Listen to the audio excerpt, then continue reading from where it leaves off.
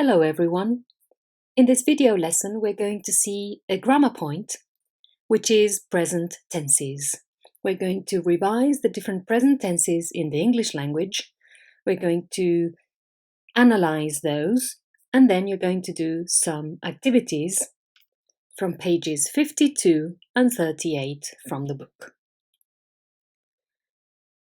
We're going to do activities 1, 2 and 3 together, and then you will have to hand in activity number 4 as homework. We're going to do activity 5 in our next video lesson on Thursday the 13th. From page 38, you're going to do all the activities on your own to hand in as homework, but before you do so, we're going to work on the meaning of texts 1 and text 4. All right, let's begin. So let's review the present tenses. Can you name the present tenses in the English language? We've got the present simple, the present continuous, the present perfect simple, and the present perfect continuous. Now, what we're going to do is revise the uses of each of these, all right? So, let's talk about the present simple first. Look at the examples and match them to the uses of the present simple. So, all of these sentences are written using the present simple. But the present simple in each is used for a different reason.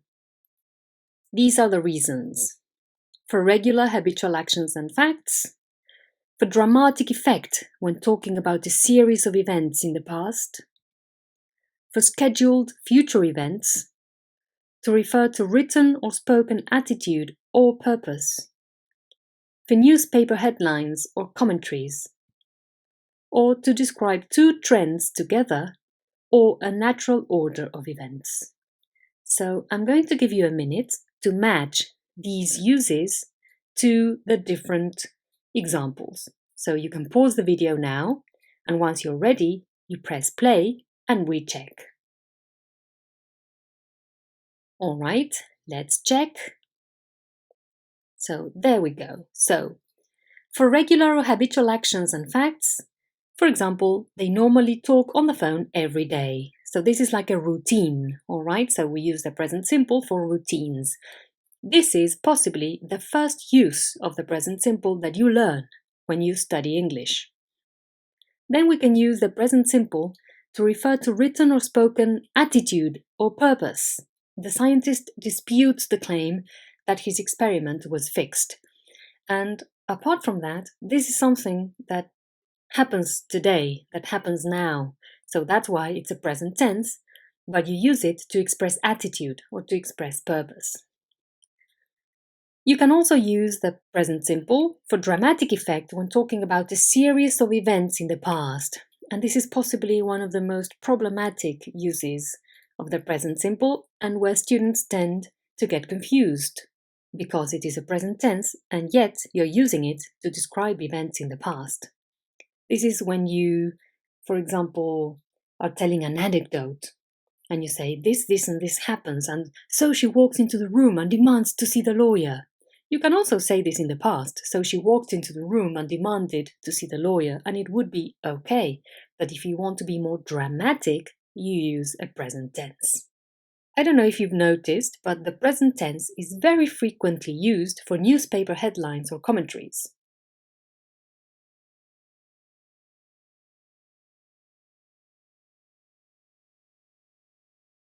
So instead of reading in the newspaper, in English of course, thief robbed bank and got away on motorbike, you will see that headlines are written in the present tense. You can also use the present simple to describe two trends together or a natural order of events. When babies start to discover the world, they find it harder to sleep at night. This sentence is very similar to a conditional sentence. When this happens, this other thing happens. And you describe two events that are logically connected. It's as if you were describing a general truth. And then the last one is for scheduled future events. Train leaves at 4 p.m. Is a very typical example. All right? So this is a quick review of the uses of the present simple. Please notice how we can use the present when talking in the past, which is what I mentioned before, right? This could be a bit problematic, so you need to be very, very aware of when and why you're using the present tense to talk about the past. Also, remember that state verbs are usually in the simple and not continuous tenses. Do you remember which verbs are defined as state verbs? The verbs, for example, be or have, all right, are verbs that do not normally appear in the continuous form.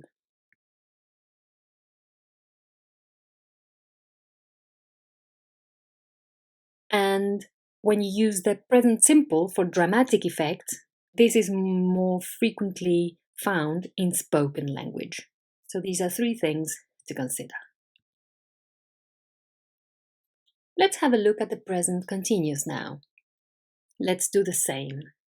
We've got these examples and we've got these uses. Colloquially, with a state verb. I have just said that state verbs are typically in the simple form, but however, they can be used in the continuous form, but colloquially. We're going to see an example. For actions in progress now, or ones that are developing, for future arrangements and fixed plans, for an action in progress, but not necessarily at this moment, with the word always for a habit that is irritating or viewed negatively, and for temporary actions. So we've got these sentences. I'm going to give you now some time for you to read them and match the uses to the sentences. So you can pause the video now to solve this short activity. And when you press play again, we check. Okay, so let's check. Here we go. So the present continuous can be used for actions in progress now or ones that are developing at this particular moment. For example, sea levels are rising. And this is something that is going on today in the world. For an action in progress, but not necessarily at this particular moment.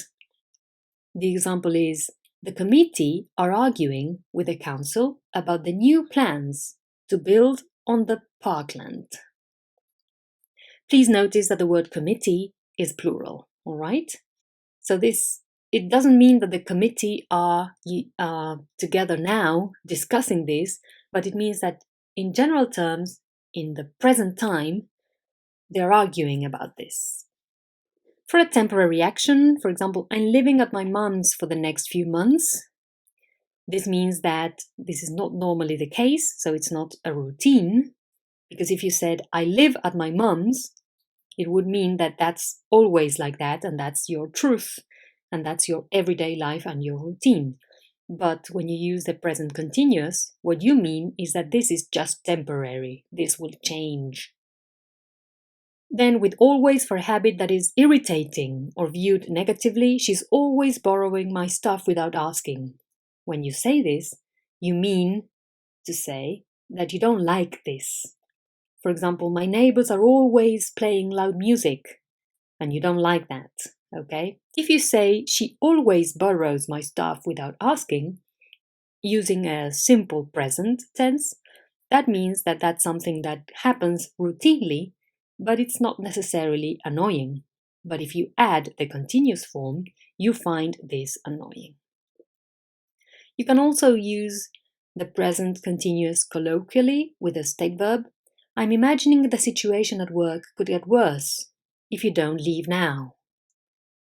The word imagine is a state verb.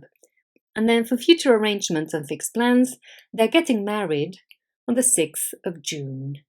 This is similar to a fixed timetable use from the present simple, but this is for not for schedules, right? This is for other types of events like a wedding, for example, or a holiday. We're going on holiday on the 15th of July, for example. Using state verbs in the continuous form is colloquial, which means that this is more often used in spoken English. If what you're going to express for your future is just a plan or an intention, use going to. If you have already arranged that and it's a fixed plan, so you know that it's actually happening, don't use going to, use the present continuous directly. All right, let's move on. Let's have a look at the present perfect, the simple and continuous forms. The present perfect is a tense that could be a little bit problematic for students, especially because in our variety of Spanish, we don't use an equivalent. So this could be a bit problematic. Let's have a look at this. So we've got the present perfect simple and the present perfect continuous. And these are the uses. For a past action with a present consequence, for an action starting in the past that is still continuing is the key, for an action or repeated action at an unspecified past time, a state starting in the past and continuing to now, the key part being state, actions starting in the past, recently finished, with adverbs like never, yet, already, and just, and that's the key, and for a time period that is still continuing. One note before you actually do the activity. Although we also use just to refer to something that has recently finished, the difference between the use of the simple or continuous form depends on the focus. Is the focus on the action or is the focus on the result? We're going to see a little bit more about this later, but just a note for you to consider. All right? I'm going to give you some minutes to match the uses to the sentences. Once more, when you're ready, you press play to check. Let's check. So for an action or repeated action at an unspecified past time, we use the present perfect simple. Terry's seen the Eiffel Tower before, so it's an action that has already happened at one point, but the time is unspecified. For a past action with a present consequence, I've had a haircut, looks great. And if you look at the person, you will see that the person has had a haircut. For a time period that is still continuing, they phoned me this morning. For a state starting in the past and continuing to now, we've known each other for 6 years. The verb to know is a state verb.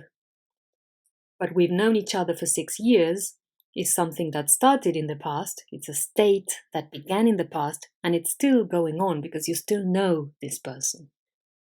With adverbs like ever, never, yet, already, and just, Jim has just got back. Please notice the pronunciation here. It's Jim and just, all right? And then the present continuous has just 2 uses, which is a good thing, all right? An action starting in the past that is still continuing. I've been working at IBM since 2006. And then actions starting in the past which have recently finished. I'm filthy. I've been gardening all afternoon. All right? So the important thing about the present perfect continuous is that the action started in the past and either still continues or has recently finished, and you can see the evidence. You can see the consequences of the action finishing in the present, all right? Remember that the present perfect is used to describe actions in the past that started in the past, but somehow there is something in the present going on, either because you don't know when the action started in the past, so you need a present perfect tense, or because you see the consequence in the present, all right? Or it's still going on in the present. These two that you see marked or signaled on the screen refer to the same use, but with action or state verbs. We often use the adverbs for and since here as there is a focus on how long. So remember that for and since are words that we use to specify a time, either the moment when the action began to happen or the period of time. So which of the two, for or since, is used to describe the duration of the action? For or since? It's for, right? For is used to refer to a period of time. And since is used, what for? Exactly, to mark the beginning of the action. All right, good. Now, let's have a look at some examples. All right. When choosing between the present simple and continuous, it's also important to consider if the focus is on the action or the result of the action. The dog's eaten all the cake. Where's the focus here? What do you think? Here, the focus is on the result of the action, so we use the present perfect simple. The important message is that there is no more cake. The dog has been eating more recently. Where's the focus here? Here, the focus is on the action itself, so we use the present perfect continuous. The important message is eating.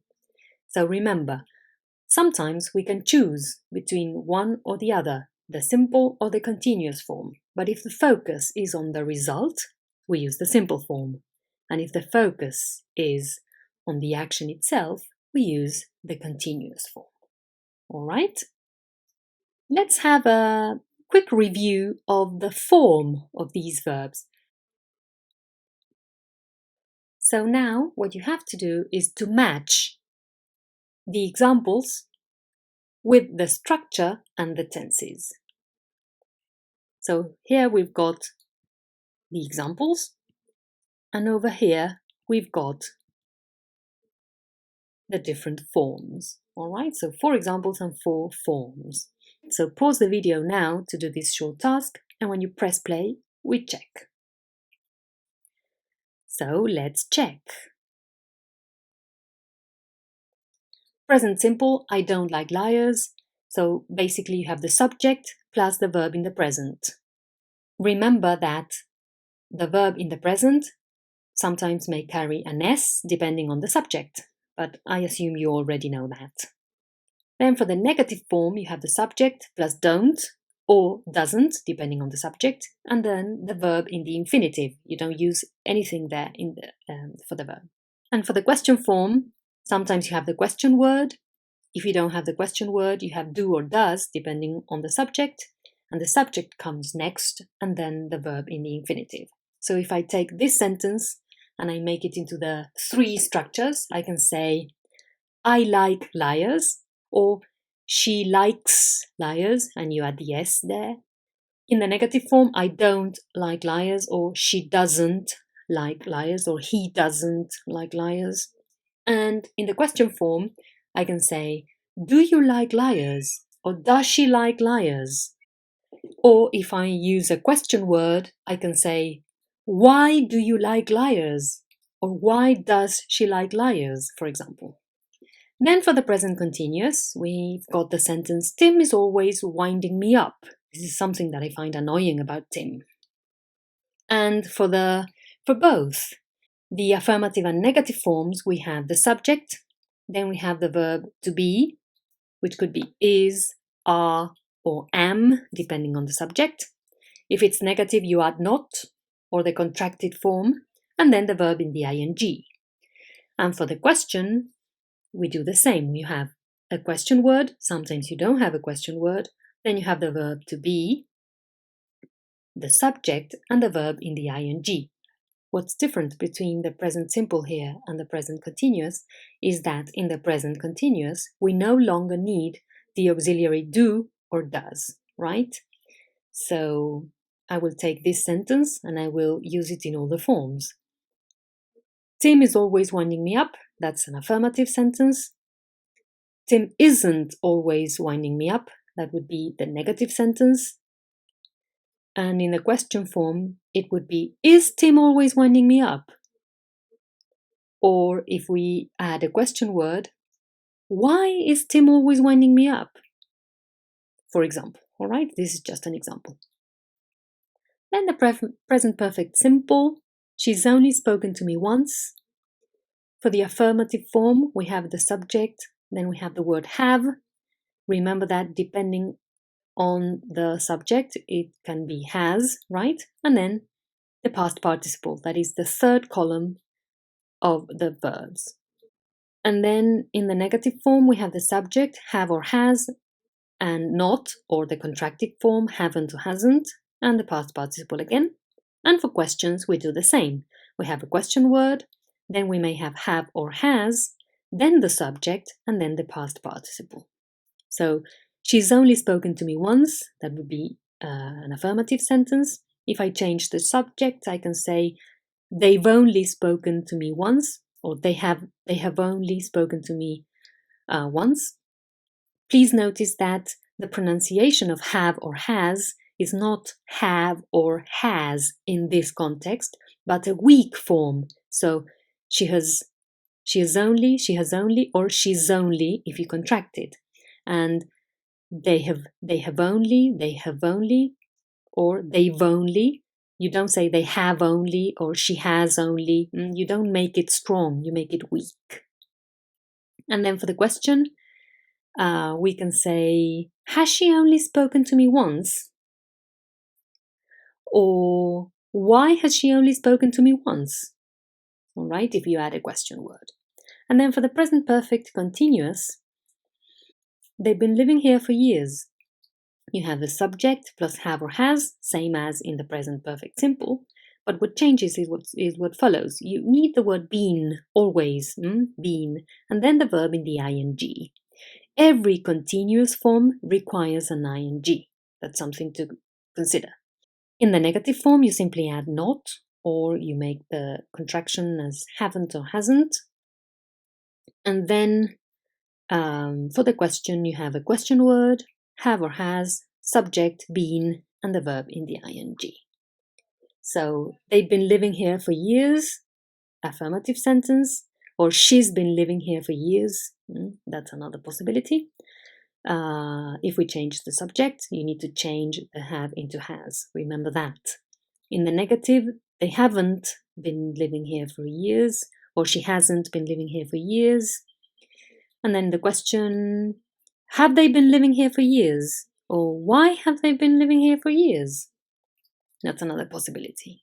Now, what do all these have in common as regards the question form? Yes, that's right, that the subject is after the auxiliary, that is after do or does for the present simple, after the verb to be for the present continuous, after have or has for the present perfect simple, and after have or has for the present perfect continuous. So remember that form, because the question form is the one that tends to be more problematic for students. Now let's go on. In connected speech, we pronounce this word been and not been because it's on stress. So I don't know if you've noticed, but they've been living. It's very, very quick, very, very quickly pronounced. Now let's do a short practice. Use the correct form of the verb in brackets to complete the gaps and justify your choices. So let's see. Tina 3 messages today already, and she still returned my calls. All right? So you have two gaps. How would you complete these two sentences?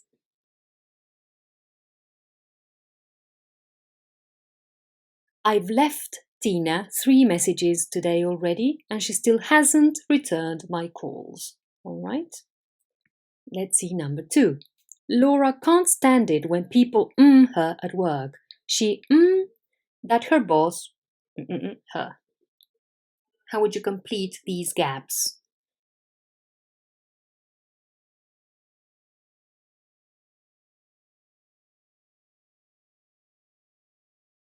Laura can't stand it when people criticize her at work. She's always complaining that her boss doesn't respect her. So the always complain is something that she finds annoying, and then the other two are simple present facts. Mary exhausted, says A, and B says yes, she a lot of work recently, and for an exam in the evening for the last month. So, how can you complete this exchange?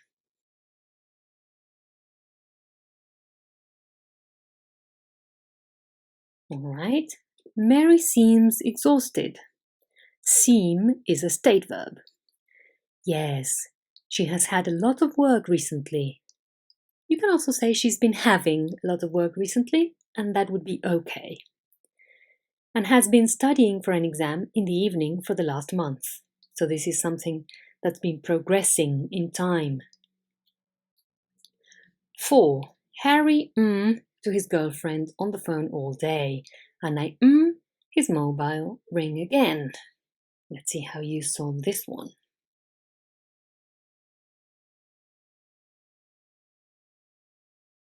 All right. Harry has been speaking to his girlfriend on the phone all day, and I've just heard his mobile ring again.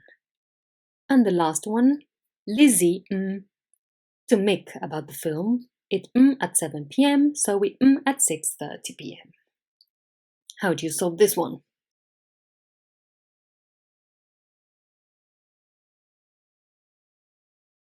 All right. Lizzie has spoken to Mick about the film. It starts at 7 p.m, so we are meeting at 6:30 p.m. We are meeting is an arrangement, all right? 7 p.m. is a timetable, right? And has spoken to Mick about the film. We don't know when, so we use the present perfect, all right? So now you need to get these pages to start working on activities 1, 2, and 3 together, which is what comes now on the video. All right, so on the page 52, we're going to start with activity number 1, which is explore grammar, present tenses. Read the grammar box and discuss why the different present tenses have been used. Match the example sentences 1 to 4 with the uses A to D. So we've got these 4 sentences. The writer takes the same stance as so many people today. Number 2, those who follow particular trends are trying to be unique and different. Here, I'm thinking of clothes, hairstyles, cool places to meet. And 4, as a subculture wanes, so the last diehards move on. And we've got the 4 uses: colloquial use of stative verbs, events following a natural or expected order, result of a regular activity or habit, and reference to attitude or purpose, all right? And this is the content of the grammar box with other uses and other examples that I'm not going to read now. All right, so after listening to all the presentation and explanation previously on the video, I think that we can match this very quickly. So, which of the uses do you think goes with sentence number 1? Yes, it's letter D. Reference to attitude or purpose. What about number 2? It's C. Yes, result of a regular activity or habit. What about 3? That's right, it's A. Colloquial use of stated verbs. Remember that the verb think, or to think, is a state verb. And 4, the only one that is left, is B. Events following a natural or expected order. All right, this is just a quick revision before we move on to exercise 2. It says, explain the different uses of present tenses in these pairs of sentences. And we've got 0 as an example. So we've got sentence A and sentence B. A says, he always complains about the weather. And B, he's always complaining about the weather. He always complains is stating a fact, a regular action. He's always complaining reflects the speaker's attitude. He's irritated, right? Pair number 1, A and B. People who go on starvation diets are just storing up health problems for the future. People who go on starvation diets lose weight quickly, but then put it back on just as fast. What's the difference between these two sentences?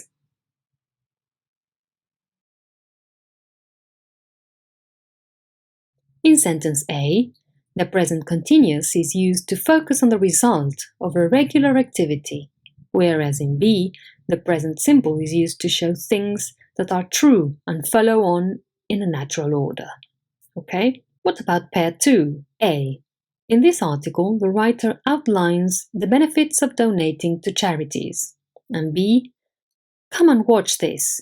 The president is outlining his plans for dealing with the economic problems we're facing. What's the difference between these two? Between outlines and is outlining. In sentence A, the present simple is used to refer to the writer's purpose or content, whereas in B, the continuous form focuses on a present activity in progress, so the president is doing that right now.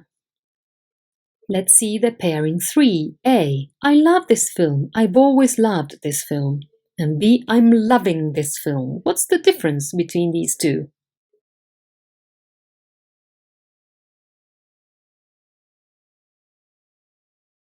In sentence A, love is a stative verb and indicates something that is always true, whereas in B, the continuous form is used colloquially to focus on the moment. The verb love is a state verb. Remember that. 4. Jack is getting better at tennis. Or Jack gets better at tennis the more matches he plays.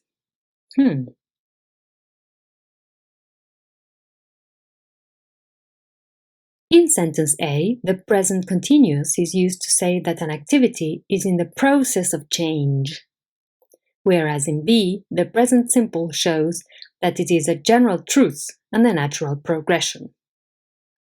And finally, 5. It was really scary. This guy gets out of the car and marches over to the blue Volvo. Or B, road rage incident. Driver gets out of car and attacks a Volvo driver. What's the difference here? What's going on in each one? In sentence A, the present simple is used to describe a dramatic incident that happened in the past, obviously. And in B, it is used in a headline to attract readers, right? Okay? So let me tell you that if you were more or less oriented as to which the differences were between the pairs of sentences, that's all right. You don't need to have said exactly the same, right? But this is the analysis that is provided. Now let's work on activity 3. You're going to listen to an interview. Complete the phrases and discuss why different present tenses are used. All right? So let's listen to this interview and complete the gaps. Then if you need to listen again, you go back and listen. If not, we just check. Hi! Have you got a very quick moment? Sure. I'm meeting a friend in a minute to go to the cinema, but it doesn't start for half an hour. Great. This is for some research I'm compiling. I'd like you to do something a bit strange, if that's all right. Okay, go for it. So, I'm going to ask you to close your eyes and try to remember as much about the people you've noticed in this area as you can, okay? 1, 2, 3, 4, 5. Right. There's a guy busking outside the sports shop. He plays there every day and he's always getting moved. He's a scruffy little guy with a bowler hat. Ex-hipster sort of look. He's wearing a faded red waistcoat with silver buttons today, I think. Then there's a couple of kids sitting on the bench. Goths, I'm thinking. Got the boots and the hair. I've seen them around here a lot. Always having arguments. Yesterday, I was at that cafe having a latte. There's a goth guy at another table, and in comes a goth lady with a look of utter fury on her face. Over she goes, tips the contents of a plastic bag on the table, and starts to rant. Apparently, He's been borrowing her clothes, and the lady doesn't like it. No idea what was in the bag. The mind boggles. Right, at about 3 o'clock, there's a couple. Italians, I'm guessing. Very stylish clothes. Italians wear their clothes so well. And Wow. I'll have to stop you there. You are so observant. You've noticed far more details than anyone else today. All right, if you need to listen to this again, I'm going to signal now on the screen the minutes to which you have to go back in the video, because right now what we're going to do is check. Okay, so if you need to go back now, because now we check. So let's see. But it doesn't start for half an hour. That's the use. And why? Why is the speaker using this tense here? The present simple for scheduled events, right? What about number 2? This is for some research I'm compiling. Why this verb tense here? Present continuous for an action in progress. This person is compiling data right now. He's always getting moved. The present continues with always to convey negativity. The speaker feels sorry for the homeless man getting moved right now. Goths, I'm thinking. Why? It's a colloquial use of the state verb think. And then apparently he's been borrowing her clothes. He's been borrowing? This is a continuous form for something that's been going on for some time. Okay, now let's move on to exercise 4. This is an exercise that you will have to hand in, all right? You will see it in an assignment in our team. But I'm just going to explain. Complete the blog with the correct present form of the verbs in brackets. You will see that there are a lot of gaps, all right?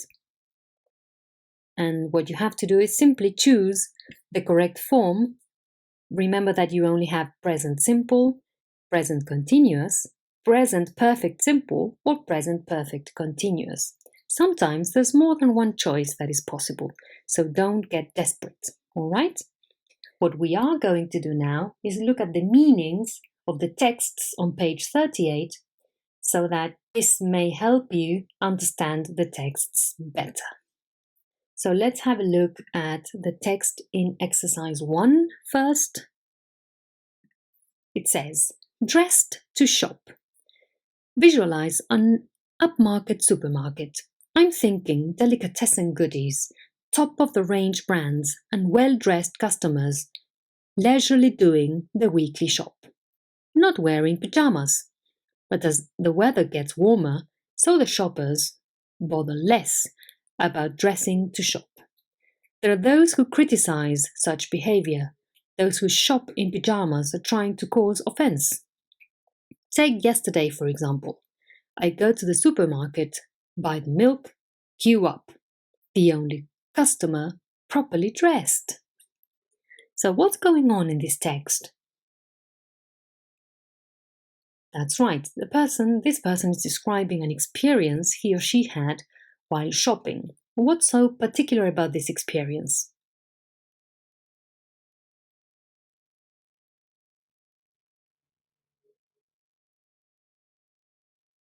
Right, this person is saying that sometimes, depending on different conditions, shoppers, that's the people who go to the different shops, will take a different attitude towards the way they dress. You may even see shoppers in pyjamas, and that's not so strange in some cases. Then we have some words like top-of-the-range brands, that is the best possible, right? Leisurely doing, that is doing the shopping as if it were a free time activity. And so when he says, so the shoppers bother less about dressing to shop, it means that people don't care so much what they wear when they go shopping, all right? So this is more or less the meaning of the text. Now let's see text number 4. A splash of color for work. The headline on the front page grabbed my attention. It read, colors, to pay rise and promotion. It certainly got me thinking. I am a bit of a die-hard, classic grey suit sort of person, and it's difficult to step out of my comfort zone. In fact, my wife is always that I am too conservative in my choice of colour. Only this morning, Susie takes one look at my attire, her head with a look of desperation, and for work. Am I doing something wrong? Am I the right image at work? Isn't that guy those ridiculous socks just being pretentious? According to the article, vibrant colors shout confidence, lift your mood, and you noticed. As you wear more colors, the boss is to notice you more. Perhaps I am making a big mistake. Okay, so let me rethink. Right, so for tomorrow, it's checked shirt and red tie. Or am I green and yellow striped shirts? This is fun. Okay, so what is this person doing? Right, this person is describing the way he or she dresses for work. What is so special about the content of this writing? The meaning of colors, that's right. That wearing some types of color may call your boss's attention, and that could be a good thing, right? This person is described as being a classic die-hard. Remember die-hard? One of the words we saw a few classes ago, right? So this person is very conservative, wearing grey or black maybe, or white. And that is within the comfort zone, right? So this person is too conservative and there's some worry going on. So will this person change a bit? What do you think? Well, towards the end, right, we are hinted towards the fact that this person may choose more vibrant colors next time, right? And this could be a fun experience to see if there's anything that changes. So this is more or less the meaning of this text, okay? I hope this helps to solve the tasks. Thank you very much for listening, for watching, and I hope to see you soon. Bye!